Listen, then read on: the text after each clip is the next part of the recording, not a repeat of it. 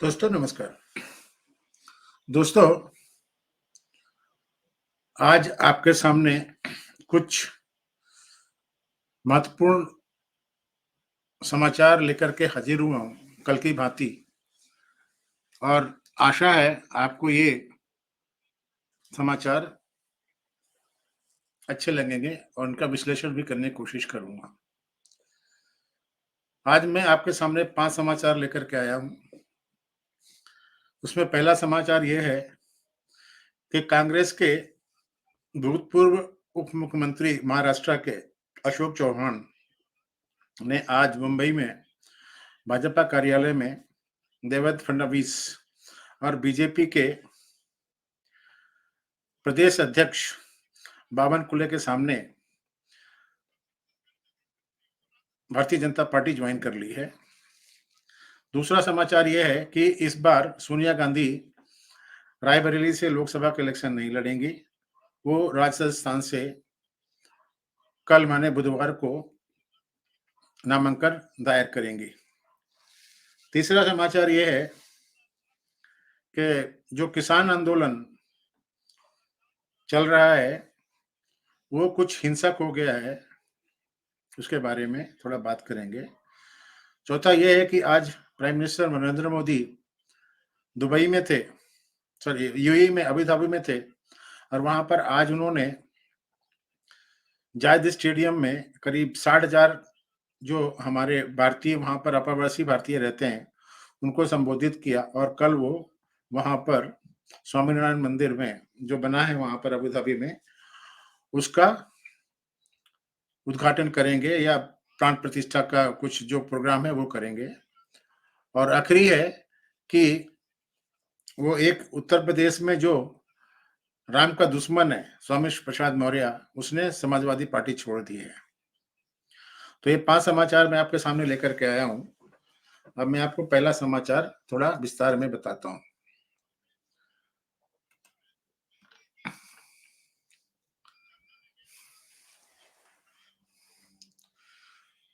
अशोक चौहान के बारे में ये जो पहला समाचार है, उसके बारे में बताता हूँ।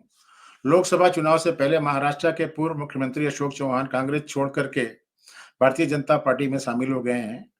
वो महाराष्ट्र के उप मुख्यमंत्री देवेंद्र फडणवीस और राज्य के बीजेपी प्रमुख चंद्रशेखर बावनकुले की मौजूदगी में पार्टी में शामिल हुए। चर्चा है कि अशोक चौहान को राज्यसभा भेजा जाएगा। राज्यसभा प्रत्याशियों के नामांकन की अगली तारीख जो है वो 15 फरवरी है।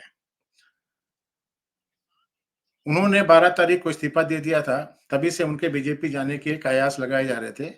कांग्रेस के अध्यक्ष नाना पटोले को लिखे एक पत्र में चौहान ने कहा कि वो पार्टी की प्राथमिक सदस्यता से इस्तीफा दे रहे हैं। उन्होंने विधानसभा अध्यक्ष राहुल नार्वेकर को भी विधायक के रूप में अपना इस्तीफा दे दिया था। एक्चुअली अशोक चौहान चाहते थे कि वो अमित शाह के प्रेजेंस में भारतीय जनता पार्टी ज्वाइन करें, जो महाराष्ट्र के दौरे में 15 तारीख को आ रहे हैं। लेकिन देवेंद्र फडणवीस और चंद्रशेखर बावनकुले ने उनको बताया कि चूंकि आप राज्यसभा के लिए महाराष्ट्र से भेजे जा रहे हैं, तो आप यहीं से एंट्री करें।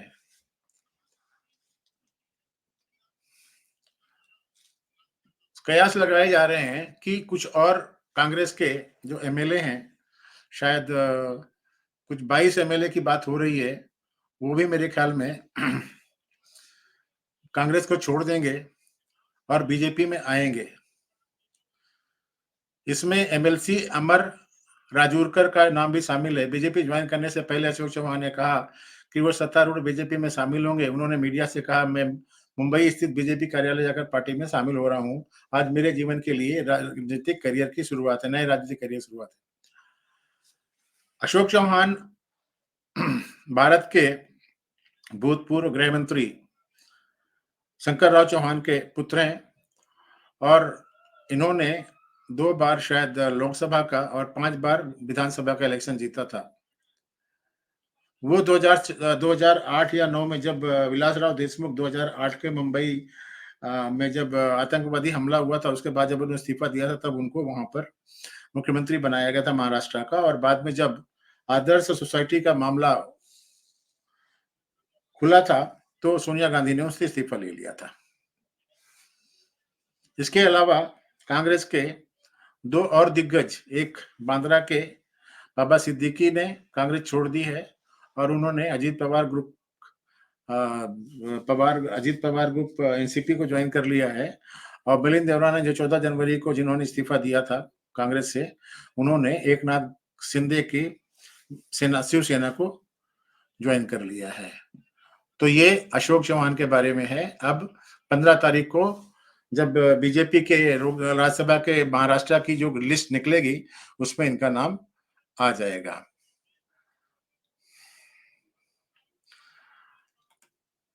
अब आते हैं सोनिया गांधी के ऊपर।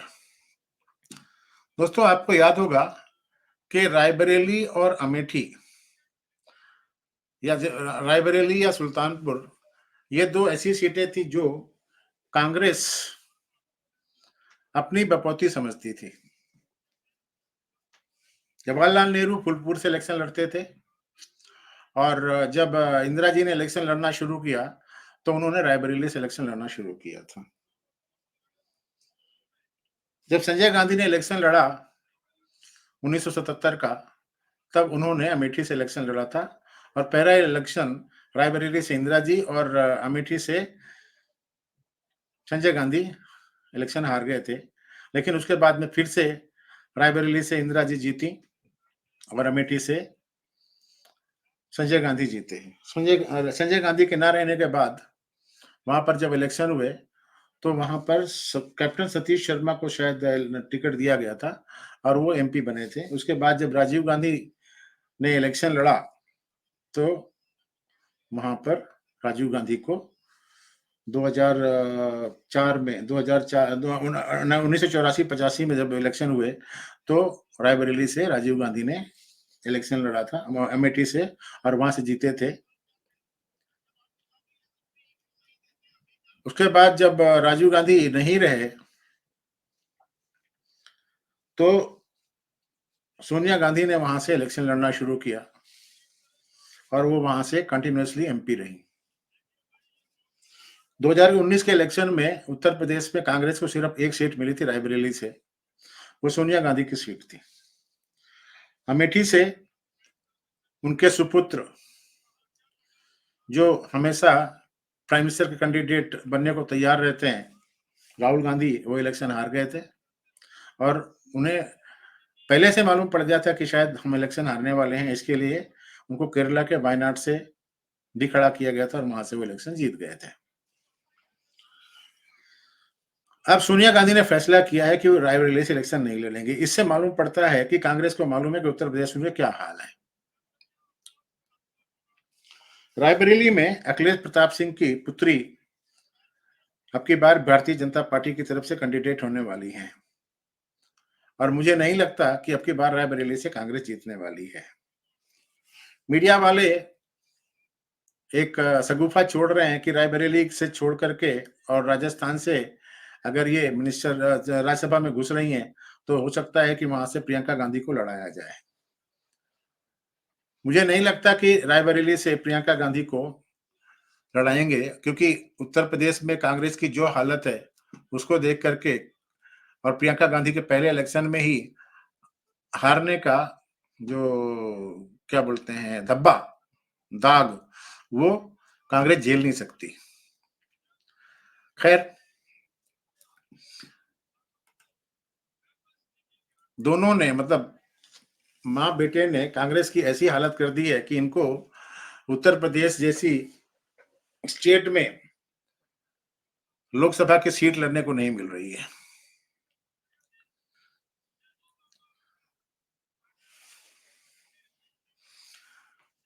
जानकारी के मुताबिक सोनिया गांधी 14 फरवरी को राजस्थान से राज्यसभा के लिए नामांकन दाखिल करेंगी।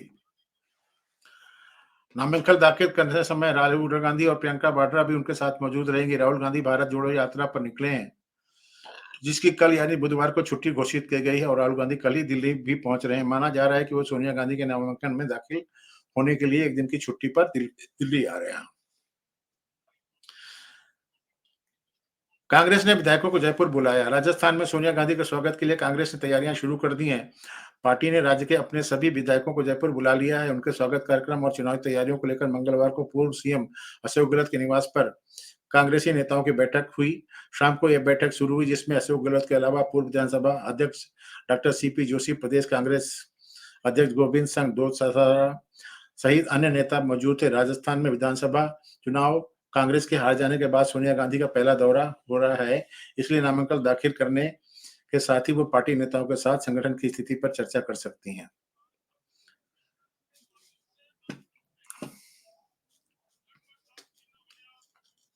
एक मिनट, क्या हो रहा भाई। राजस्थान से राज्यसभा की 10 सीटें हैं, जिसमें से 3 सीटों पर चुनाव होने हैं। नामांकन दाखिल करने की अंतिम तारीख 15 फरवरी है। विधानसभा में संख्या बल के हिसाब से इनमें से 2 सीटें बीजेपी और 1 सीट कांग्रेस के खाते में जानी तय है। राजस्थान में 10 राज्यसभा सीटों में से 6 पर कांग्रेस और 4 पर बीजेपी की सांसद इस बार सोनिया गांधी भी यहां से राज्यसभा जाएंगी। तो ये सोनिया गांधी का समाचार हो गया। मतलब अब इस परिवार को दिल्ली के लुटियन में बंगले में रहने की इतनी मतलब गंदी आदत है कि ये छोड़ नहीं सकती है। एनीवे, जाने दो। तीसरा समाचार है किसान आंदोलन के बारे में। आज किसान आंदोलन थोड़ा हिंसक हो गया था और जब पंजाब की सरकार इन किसानों को अपने यहाँ से आने दे रही है, अपना बॉर्डर सील नहीं कर रही है, क्योंकि पंजाब में आम आदमी पार्टी, अरविंद केजरीवाल और भगवंत सिंह मान की गवर्नमेंट है, तो वहां पर इनको कोई प्रॉब्लम नहीं हो रही है। मुझे ऐसा लगता है कि इस आंदोलन के पीछे पूरी तरीके से आम आदमी पार्टी ही है और उन्होंने कुछ किया हुआ है। शंभू बॉर्डर जो हरियाणा का और उनका बॉर्डर है, क्या बोलते हैं, पंजाब का बॉर्डर है, वहां पर लाठियां चली, डीएसपी समेत कई पुलिसकर्मी और किसान घायल। किसान एमएसपी पर मैक्सिमम सेल प्राइस पर गारंटी, ऋण माफी, किसानों को पेंशन, किसानों पर दर्ज एफआईआर वापस लेने सहित 16 प्रमुख मांगों को लेकर आंदोलन पर डटे हैं। संयुक्त किसान मोर्चा, गैर राजनीतिक और किसान मोर्चा, मजदूर मोर्चा दिल्ली कूच का नेतृत्व कर रहे हैं। कई किसानों को रोकने के लिए हरियाणा में सुरक्षा के कड़े इंतजाम किए गए हैं।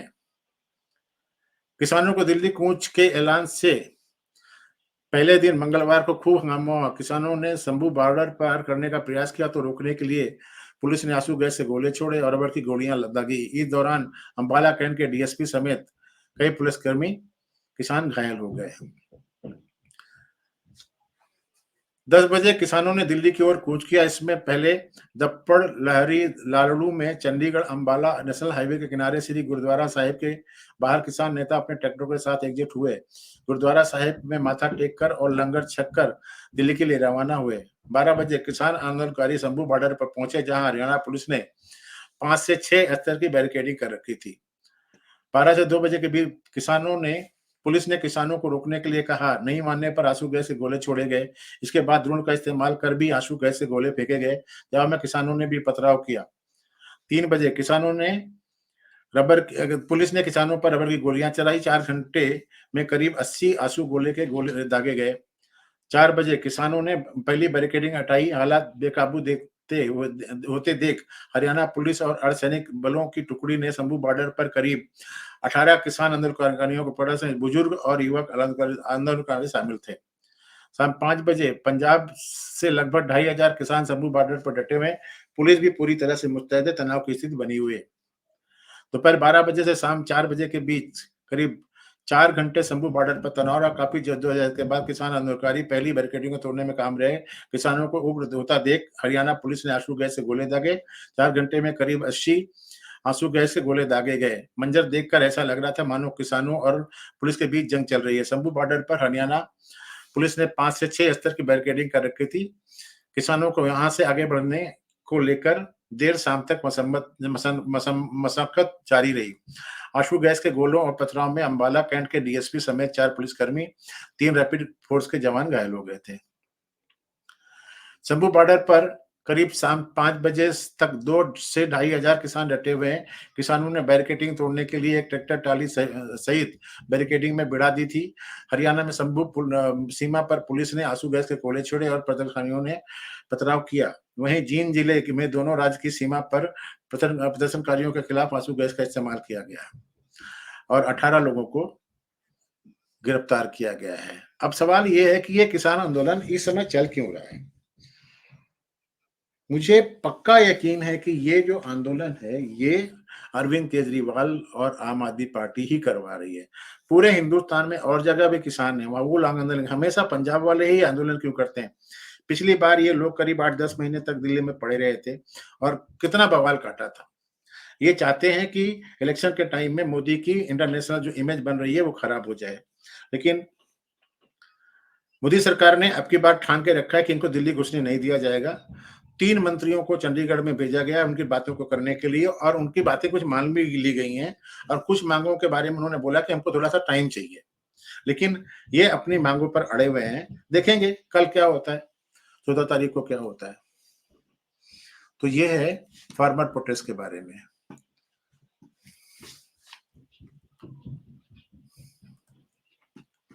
अब आते हैं प्राइम मिनिस्टर नरेंद्र मोदी के यूएई के दौरे पर। आज prime minister Narendra Modi ji Abu Dhabi पहुंच गए थे। वहां पर वहां के यूएई के राष्ट्रपति ने उनका स्वागत किया। उसके बाद में फिर उनको गार्ड ऑफ ऑनर भी दिया गया और फिर वो जब अपने भारतीय समुदाय को संबोधित कर रहे थे तो उन्होंने काफी कुछ बोला कि मैं 7 बार यहाँ पर आया हूँ 2015 से लेकर के और पिछले 5 या 6 महीनों के अंदर 5वीं बार यहाँ पर आया हूँ। तो वहां पर हेलो मोदी कार्यक्रम में पहुंचे और यूएई में रह रहे भारतीय समुदाय के करीब 65,000 लोगों को संबोधित किया। उन्होंने कहा, आपने नया इतिहास रच दिया है। यहाँ हर धड़कन कह रही है कि भारत यूएई दोस्ती जिंदाबाद। नरेंद्र मोदी ने एक बहुत टचिंग बात कही, वो ये थी कि जब मैंने उनको बोला था कि हमारे को मंदिर बनाने की जमीन दे दो, तो वहां के राष्ट्रपति ने, जो मोहम्मद जायद अल नहान है, उन्होंने बोला था कि ठीक है, ये कागज लो और आप हाथ रखो, मैं वहीं पर जमीन दे दूंगा। ऐसा हुआ था। कल वो अबू धाबी में भव्य मंदिर का लोकार्पण करेंगे।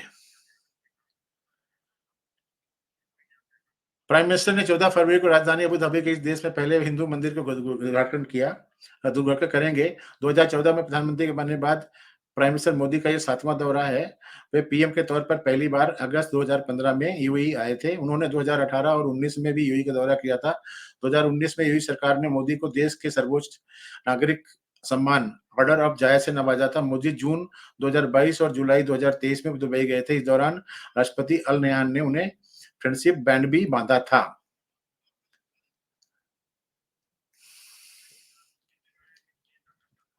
मोदी ने एक गारंटी भी दी है। मोदी ने अपने तीसरे टर्म में भारत के तीसरे नंबर की इकोनॉमी बनने की गारंटी दी और मोदी गारंटी यानी गारंटी पूरी होने गारंटी, हमारी सरकार लोगों के जीवन स्तर सुधारने के लिए उनकी परेशानियां दूर करने के लगातार प्रयास कर रही है, ये उन्होंने वहां पर बोला। हमने 5 करोड़ से ज्यादा लोगों को पक्का घर दिया है और दुनिया का वो देश जिसकी अर्थव्यवस्था बहुत तेजी से आगे बढ़ी है। हम कौन सबसे तेज मोबाइल डाटा कंजम्पशन कर रहा है, कहाँ सबसे ज्यादा मिल्क प्रोडक्शन होता है, हमारा भारत। सबसे ज्यादा इंटरनेट यूजर कहाँ है, हमारा भारत। दुनिया का सबसे बड़ा मैन्युफैक्चरिंग हब कौन सा है, हमारा भारत। हमने अपने संबंधों को बीते कई वर्षों में नई ऊर्जा दी है। यूएई भारत का तीसरा बड़ा ट्रेड पार्टनर और 7वां इन्वेस्टर है। आज भी हमारे बीच जो समझौते हुए हैं, वे इसी कमिटमेंट को आगे बढ़ा रहे हैं। टेक्नोलॉजी और इनोवेशन के क्षेत्र में दोनों देशों की पार्टनरशिप लगातार मजबूत हो रही है। मैंने अरबी में बोलने की कोशिश की, अगर उच्चारण में कोई गलती हो तो बताना। इसके बाद में वो इस लैंग्वेज के बारे में बोल रहे हैं। सबसे बड़ी बात ये है कि मोदी जब से प्रधानमंत्री बने हैं, उससे पहले जो मुस्लिम जगत में मोदी साहब की जो इमेज बना रखी थी, मोदी ने उसको पूरा पूरा व्हाइट वॉश कर दिया है। और आज की डेट में ये है, एक जमाना था जिस समय कोई भी इकोनॉमिक ऑफेंडर या कोई भी बदमाश गुंडा वो भागता था और दुबई जाके रहता था और इंडिया गवर्नमेंट कुछ नहीं कर पाती थी।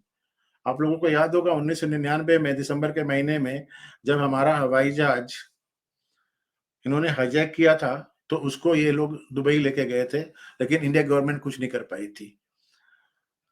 वो दाऊद इब्राहिम भी कितने दिन तक वहाँ पे छुपा रहा था, लेकिन आज की डेट में मोदी साहब ने 2014 में आने के बाद में तो 10 साल के अंदर यूएई के साथ में इतने अच्छे संबंध कर दिए हैं कि ट्रेड तो हमारा अच्छा चल ही रहा है, लेकिन बाकी भी जो सामने आपको दिख रहा है, वो ठीक है। यहाँ तक कि जम्मू कश्मीर से, श्रीनगर से शारजाह के लिए डायरेक्ट फ्लाइट भी यूएई ने शुरू कर दी है और कश्मीर में भी काफ़ी इन्वेस्टमेंट कर रहे हैं। इससे पाकिस्तान को मिर्ची लगती है, लेकिन लगती रहे। तो ये है, कल मंदिर का उद्घाटन करेंगे, तो कल के समाचार में मैं उनके जो संबोधन होगा उसको कवर करूँगा। अब आखिरी समाचार पे आते हैं और ये है कि उत्तर प्रदेश के एक घटिया नेता, मैं घटिया नेता बोल रहा हूँ, एक घटिया नेता जो अपने आप को पता नहीं क्या समझता है, उसने समाजवादी पार्टी से इस्तीफा दे दिया है और अखिलेश यादव को लिखे पत्र में कुछ वो बकवास कर रहा है। मैं थोड़ा उसको आपको पढ़ के सुनाता हूँ कि क्या वो बोल रहा है वो।